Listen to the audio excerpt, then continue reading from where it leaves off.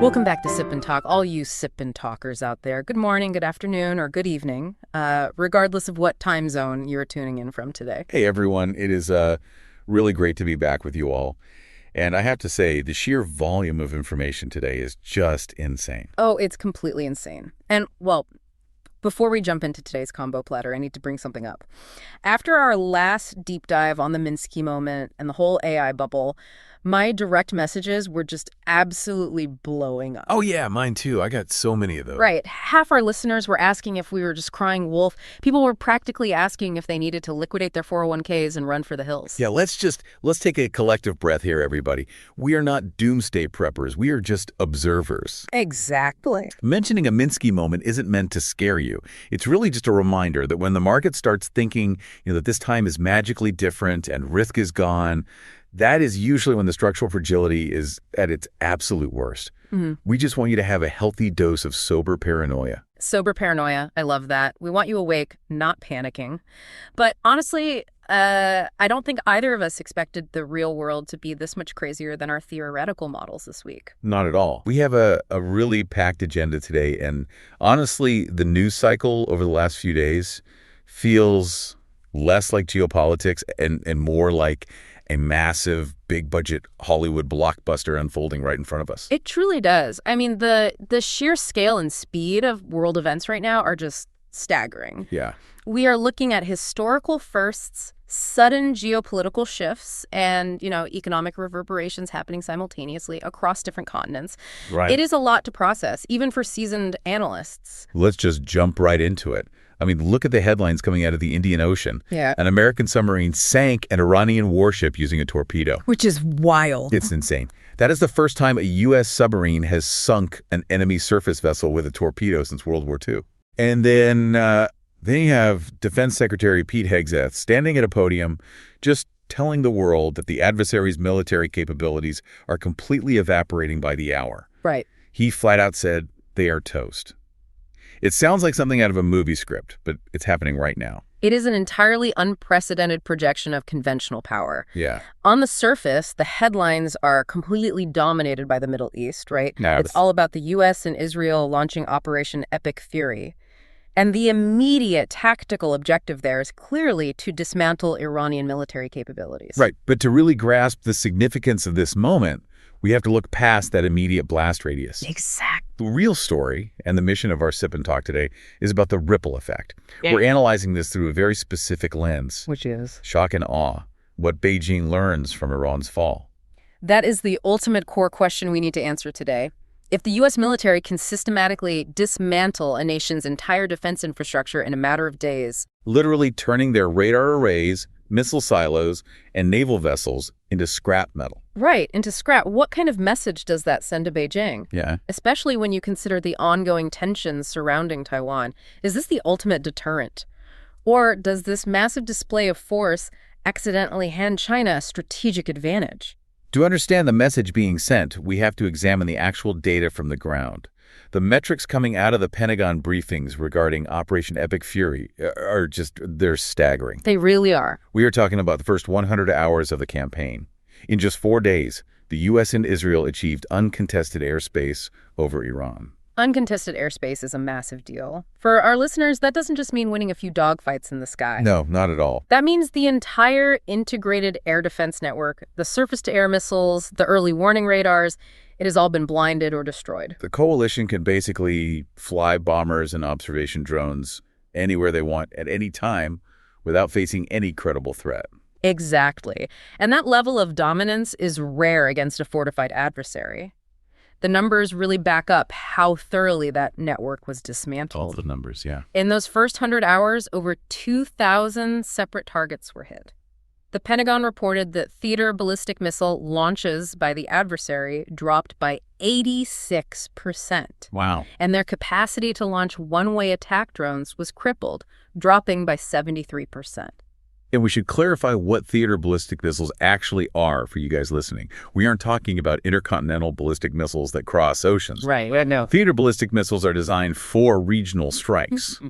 Taking out 86% of that capability essentially defangs their ability to project power into neighboring countries or, hit coalition bases in the region. Furthermore, the operation extended far beyond the immediate region. We mentioned that submarine strike earlier. Right. That was an Iranian frigate sunk off the coast of Sri Lanka. They are projecting power thousands of miles away from the main conflict zone. It's incredible reach. It is, and the strikes are targeting leadership as well. The operation eliminated key figures, including the specific operative who allegedly plotted to assassinate Trump. So the entire command and control structure is being decapitated. Essentially, yes. Which brings us to a really fascinating shift in how this operation is actually being fought. Because the coalition has achieved that uncontested airspace, the military is fundamentally changing the types of weapons they are dropping. This is a huge point. Initially, they relied on highly expensive, long-range standoff munitions. These are your multi-million-dollar cruise missiles fired from ships or aircraft hundreds of miles away, just to keep the pilots safely outside the range of enemy air defenses. But now that the skies are clear, they are shifting to stand-in munitions. Right. And for those of you who might not be familiar with the terminology, stand-in munitions are essentially precision gravity bombs. We were talking about JDAMs. A JDAM is basically a standard, unguided dumb bomb that has been retrofitted with a special tail kit containing GPS guidance fins.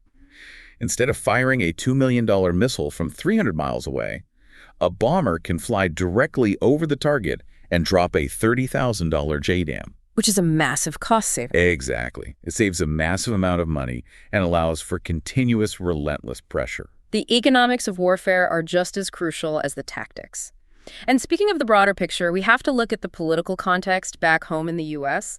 because domestic stability always dictates foreign policy. 100%. Trump has publicly rated the military operation's success a 15 out of 10, showing absolute confidence in the campaign's trajectory. Meanwhile, on the legislative side, we saw a war powers resolution introduced in the Senate. I saw that making some noise on the news networks. The resolution was aimed at limiting the executive branch's authority to continue these strikes without additional congressional approval, right? Did that actually gain any traction? It failed with a vote of 47 to 53.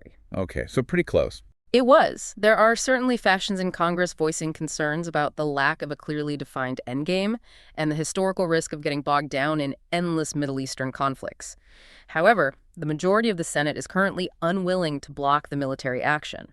The executive branch has the legislative green light to proceed. So the U.S. has domestic clearance, and they are dominating the skies over the Middle East. Let's pivot and look at the view from Beijing. You know their strategists are dissecting every single frame of footage coming out of this conflict. Oh, they're watching incredibly closely. The initial takeaway circulating among geopolitical analysts is the surgical strike warning. What does that mean exactly? Beijing is witnessing a U.S. administration demonstrating a highly unpredictable, highly aggressive military playbook. This extreme display of force acts as a massive new variable. It forces China to recalculate the risks and assess the true willingness of the U.S. to intervene in potential conflicts. Particularly across the Taiwan Strait. Exactly. If you are sitting in Beijing, witnessing a nation's defense grid dismantled in 4 days, you have to ask yourself what the U.S. might be willing to do in the Indo-Pacific. It is the ultimate show of force. Right. But there's a counter perspective here, and I want to play devil's advocate for a moment. Go for it. Does this actually help China in the long run? It all comes down to the zero-sum game of munitions. That is a critical vulnerability. Former Secretary of State Antony Blinken recently issued a severe warning regarding the rapid depletion of the U.S. arsenal.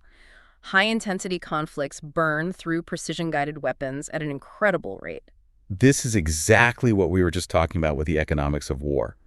If the U.S. gets bogged down in an extended conflict in the Middle East, they are going to burn through their reserves. Yes. Using a multi-million-dollar interceptor to shoot down a $1,000 drone is like using a Ferrari to deliver a single pizza. That's a great analogy. It gets the job done, is entirely unsustainable. And those high-end munitions, the long-range anti-ship missiles, the advanced interceptors, those are the exact resources meant to deter China in the Pacific. It creates a potential strategic window for Beijing. If the U.S. is distracted and its stockpiles are depleted, the deterrent in the Taiwan Strait weakens. Right. However, there is a third theory here, known as the acceleration effect, and it might be the most consequential of all. I was reading about this. Analyst Danny Russell point this out. This theory suggests that witnessing this level of systematic destruction won't make Xi Jinping back down out of fear. Instead, seeing the U.S. as an unpredictable and existentially threatening force might push Beijing to rapidly accelerate its own military modernization. So instead of being deterred, they view this as a wake-up call. They see a nation dismantled in 100 hours and decide they need to build their defenses faster and make them much deeper so they don't suffer the same fate. It could act as a massive catalyst. It validates the modern military doctrine that wars are decided in the first few days. If you lose your air defenses immediately, the conflict is effectively over. Wow. This realization could trigger a rapid expansion of their conventional forces and, more concerningly, their nuclear arsenal to ensure they have an untouchable deterrent. While all this military calculus is happening, there is a massive economic shift taking place inside China concurrently. The National People's Congress, or NPC, is currently underway in Beijing. And the economic realities being presented at the NPC are stark. Premier Liu Qiang just delivered his work report and announced a national growth target of 4.5% to 5%. To put that in perspective for you listeners, that is the least ambitious growth target China has set since 1991. Think about that. 1991 was a completely different universe for the Chinese economy. That was the early days of their post-Cold War opening up, the very beginning of the hyper-growth globalization machine. Admitting they are aiming for under 5% today is a huge signal that the old ways of doing things simply aren't working anymore. The traditional economic engine has absolutely stalled. For decades, their playbook relied heavily on debt-fueled real estate booms and massive infrastructure projects, building bridges, entire new cities, and high-speed rail networks. Like ghost cities. Right. Yes, but they are dealing with a severe property sector slump now, with major developers defaulting and local governments drowning in debt. The well has run dry. So at the NPC, they are officially shifting gears. The new buzzword echoing around Beijing is new quality productive forces. Instead of pouring endless amounts of concrete, the state is pumping massive investments into high-tech sectors, artificial intelligence, biotechnology, and humanoid robots. They're essentially trying to invent their way out of a structural economic slowdown. The pivot toward high-tech manufacturing is their long-term strategy. But the Middle East conflict is forcing them to make some incredibly drastic, immediate defensive moves on the economic front as well. We just got breaking news that China's National Development and Reform Commission, the NDRC, verbally ordered the country's top oil refiners to immediately suspend exports of diesel and gasoline. Just completely halt exports? Yeah. That seems counterintuitive at first glance. China has a massive refining sector, and exporting those refined products brings in a huge amount of revenue. Why would they voluntarily shut off that income stream? It comes down to energy security and the fear of supply disruptions. China is the world's largest importer of oil, and a significant portion of that crude travels right through the Strait of Hormuz. I see. They are terrified that the conflict will spread, shipping lanes will close, and global oil prices will spike uncontrollably. By halting the export of refined fuels, they are aggressively stockpiling their domestic reserves. That makes sense. They're willing to sacrifice export revenue today to ensure their domestic economy doesn't grind to a halt if the crude oil stops flowing tomorrow. That shows you exactly how vulnerable they feel regarding their energy supply chains, which naturally brings us to how the rest of the world is reacting financially to all of this. The global markets have been on an absolute whiplash ride this week. Whiplash is the best way to describe it. When the military operations first escalated, we saw historic market crashes across the board. But the rebound has been equally aggressive. Take a look at the Asian markets, specifically the South Korean Keiko SPI index. Right, the KOSPI. For context, the Keiko SPI is South Korea's benchmark stock market index, and it is heavily weighted toward major tech and semiconductor companies like Samsung. When this conflict kicked off, the Keiko SPI suffered its worst drop in history. It was a bloodbath initially. But then, almost immediately, it bounced back over 9%. A 9% intraday swing on a major national index is monumental. It reflects the classic buy-the-dip mentality. The initial shock caused panic selling, but once institutional investors realized the global economy wasn't collapsing overnight, capital rushed back in to scoop up undervalued assets. We saw similar sentiments echoed on Wall Street. David Solomon, the CEO of Goldman Sachs, was speaking at an event in Sydney and noted that despite the terrifying geopolitical headlines, the initial market reaction has actually been relatively benign. Interesting. The prevailing institutional belief right now is that this conflict, while severe, won't fundamentally derail the broader global economic growth story. Corporate balance sheets are generally strong, and the AI tech boom is still driving massive capital investments. That is the optimistic view, for sure. But there is a hidden threat lurking beneath the surface that could entirely unravel that Wall Street narrative. You are talking about inflation. Yes. Right. While David Solomon highlighted overall growth, the real danger is brewing in the energy markets. Brent crude prices are spiking. We are seeing major jumps in the baseline cost of energy. Which impacts everything. Exactly. If those oil prices stay elevated due to actual disruptions or even just the persistent fear of disruptions in the Middle East, it will act like a massive, unavoidable tax on the entire global economy. Because absolutely everything requires energy to manufacture and transport. If oil goes up, the cost of shipping goes up, the cost of plastics goes up, grocery prices go up. It's a domino effect. It reignites the exact global inflation crisis that central banks have spent the last 3 years aggressively trying to crush. And if inflation spikes again, it puts the Federal Reserve in a brutal predicament. The financial markets have been desperately pricing in a series of interest rate cuts for this year. Investors were banking on cheaper borrowing costs. But if oil drives up the inflation data, the Fed cannot cut rates. No, they can't. Their mandate forces them to hold steady or potentially even hike rates again to cool the economy. That would send shockwaves through everything.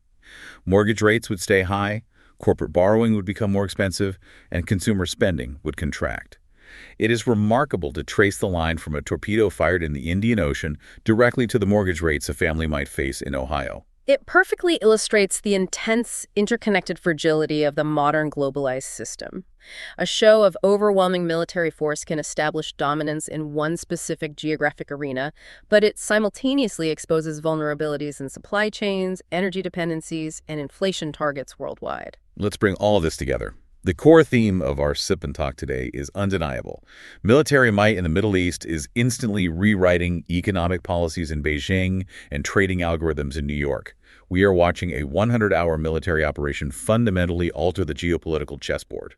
The definition of national security is expanding. It is no longer just about the number of fighter jets you have. It is about your energy resilience, your supply chain independence, and your economic endurance. Which leaves us with a fascinating and perhaps deeply unsettling final thought for you to ponder.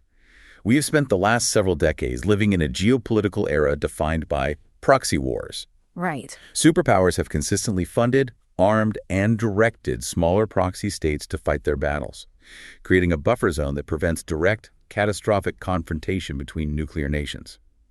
But if a nation's entire defense grid and military infrastructure can be systematically dismantled from the air in just 100 hours, are proxy armies fundamentally obsolete as a strategic shield? That is a profound question. If a proxy state can no longer hold the line or survive a modern air campaign for more than a few days, their value as a buffer simply evaporates. Exactly. And if proxies can't absorb the impact, does that mean the next major global conflict forces major powers into direct face-to-face confrontation simply because the buffer zones no longer work? It entirely changes the psychology of international alliances. It really does. Something for you all to mull over as you watch the news unfold this week. And that is all the time we have for today. Thank you so much for joining us for this incredibly timely discussion into the forces shaping our world. Do not forget to subscribe to the Sip and Talk podcast so you never miss an update. We also want to give a massive shout out to a great friend of the show. Please head over to YouTube and hit subscribe on Mickey's channel, Mickey to Life. He puts out some fantastic content that you will definitely enjoy. Go show Mickey some love. Thank you again for listening. Stay curious, and we will catch you next time. Goodbye.